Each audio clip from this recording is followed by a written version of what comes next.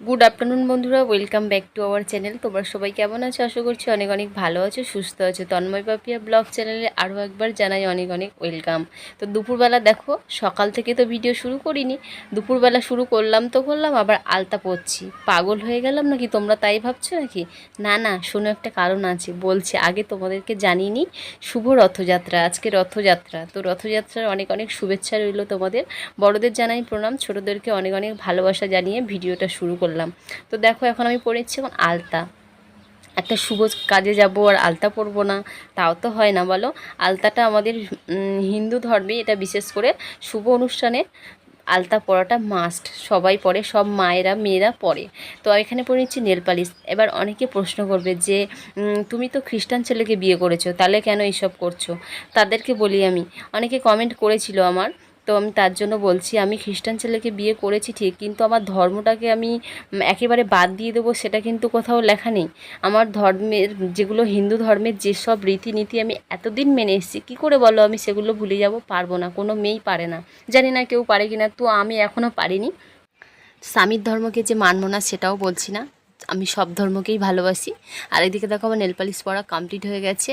আমার মেয়ে এখন ঘুমাচ্ছে খাটে, তো ওকে এখন তুলিনি, কারণ ওকে তুললে কি বলো তো, আমার মানে সাজাগোজা সব কিছুই বিগড়ে যাবে। যেটুকুনি মানে সাজবো, সাজাগোজা বলতে কিছুই না, জাস্ট আমি একটা শাড়ি পরেছি আর চুলটা বেঁধেছি। আর আমার সামনে চুলগুলো দেখছো, আমার মেয়ে হওয়ার পর সব উঠে ফাঁকা হয়ে গেছে, গিয়ে নতুন চুল হয়ে সামনে খুব বাজে অবস্থা হয়ে থাকে। আর এদিকে দেখো, আমার মেয়েকে তুলে নিয়েছি, তুলে ড্রেস করিয়ে নিয়েছি। ও ড্রেস বলতে জাস্ট জামা পরেছে, একটা টিপ পরিয়ে দিয়েছি। আর ওর ঘুমটা না এখনও পুরোপুরি হয়নি, ওই দেখো নাক ঘষছে, ওর ঘুমের ঘোর কাটেনি এখনও। তো যাই হোক, চোর বেরিয়ে পড়েছি। এদিকে দেখো, রাস্তা এক হাঁটু করে জল নদী হয়ে গেছে রাস্তা, দেখো কতটা করে জল বেঁধেছে। এই জায়গাটা রাস্তাটা না খারাপ হয়ে গেছে, ওই জন্য জলটা বেঁধে গেছে, এখান থেকে পাস হতে পারিনি, গর্ত হয়ে গেছিলো, তো ওর জন্য। ওই দেখো, আমার ননদ তার সামনে হেঁটে হেঁটে যাচ্ছে ছেলেকে সাথে নিয়ে। আর আমার মেয়েকে তো দেখলেই, আমার জায়ের মেয়ে কোলে নিয়ে আছে, আর আমি যাচ্ছি হেঁটে হেঁটে। যাও, তো চলো যাওয়া যাক।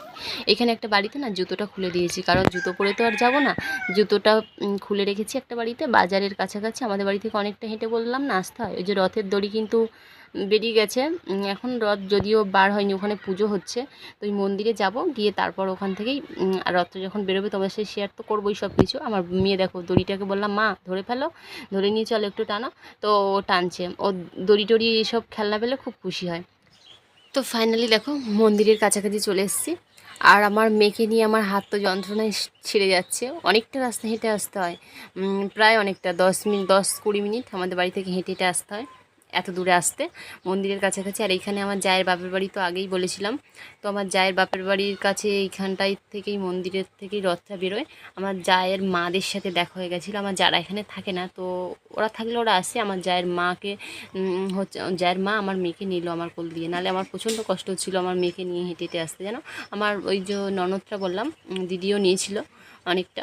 তো একার ধারে একটা বাচ্চাকে নিয়ে আসা এতটা রাস্তা অসম্ভব। তো দেখো, এখানে পুজো দেওয়া হচ্ছে, এই যে।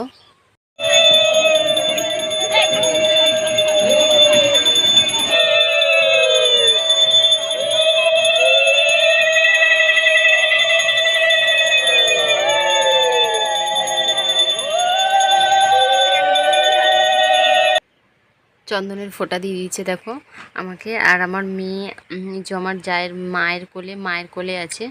তো আমি ভাবছিলাম ওদেরকে যখন দিচ্ছে আমার মেয়েকে দেবে এবার, তো আমি ভাবছিলাম আমার মেয়ে কাঁদবে না কিছু, কি করবে, আমি দেখছিলাম ওর দিকে। তো না, ও কিছু বললো না, বাচ্চা তো, বড় হলে তখন আবার নিতে চায় না। আমি অনেক বাচ্চাদের দেখেছি এটা দিলে কাঁদে, তো ও কিছু বললো না এখন।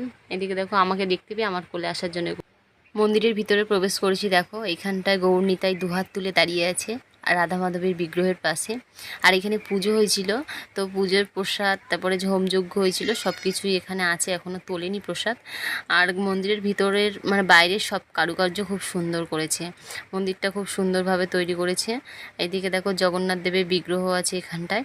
তো চলো, এইদিকে রথ বেরিয়ে গেছে। আর মন্দিরের সামনের এই জায়গাটা ঢুকতেই গেটটা খুব ঢালু, তো এখান থেকে রথটা তুলতে খুব কষ্টকর। তাই আমিও আর দাঁড়িয়েতে ভিডিও না করে আমিও একটু রথটাকে টানলাম, যাতে কষ্ট করে একটু কিছু কষ্ট করতে পারি ভগবানের জন্য।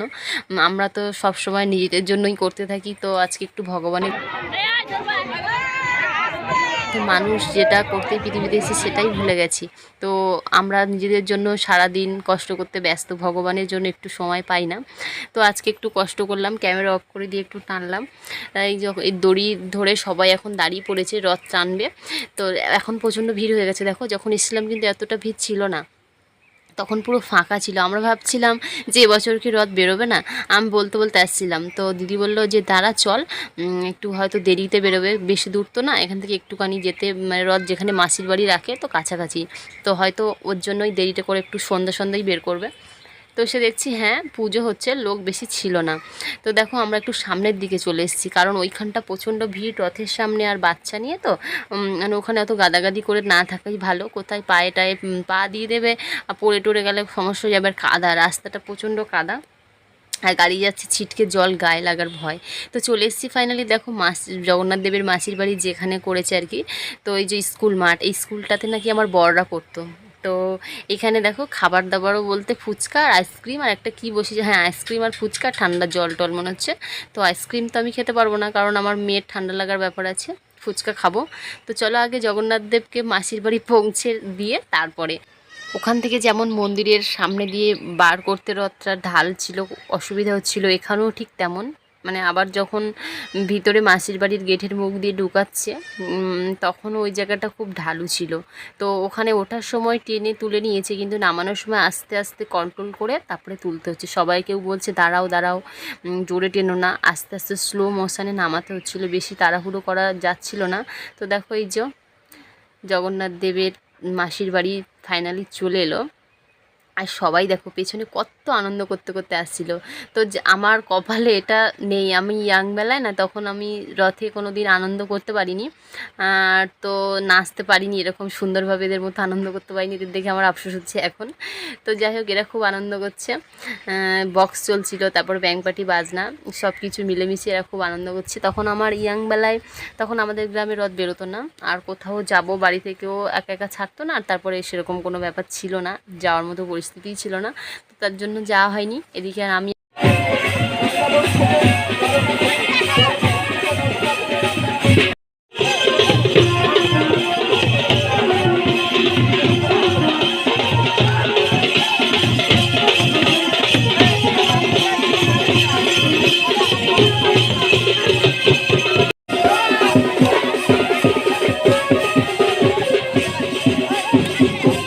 ওরা নাচ করছে আর আমাদের খিদে পেয়ে গেছে, চলো আমরা একটু ফুচকা খেয়ে নিয়ে তারপরে চলে যাবো বাড়িতে। তো ফাইনালি চলে এসেছি ঘরে, আর আমার মেয়ে দেখো খাবারের ঠোঁয়া দেখে ছুটতে ছুটে আসছে। তো ভিডিওটা এখানেই এন্ড করলাম। যদি ভালো লেগে থাকে লাইক কমেন্ট শেয়ার সাবস্ক্রাইব, দেখা হচ্ছে নতুন একটি ভিডিওর সাথে। টাটা।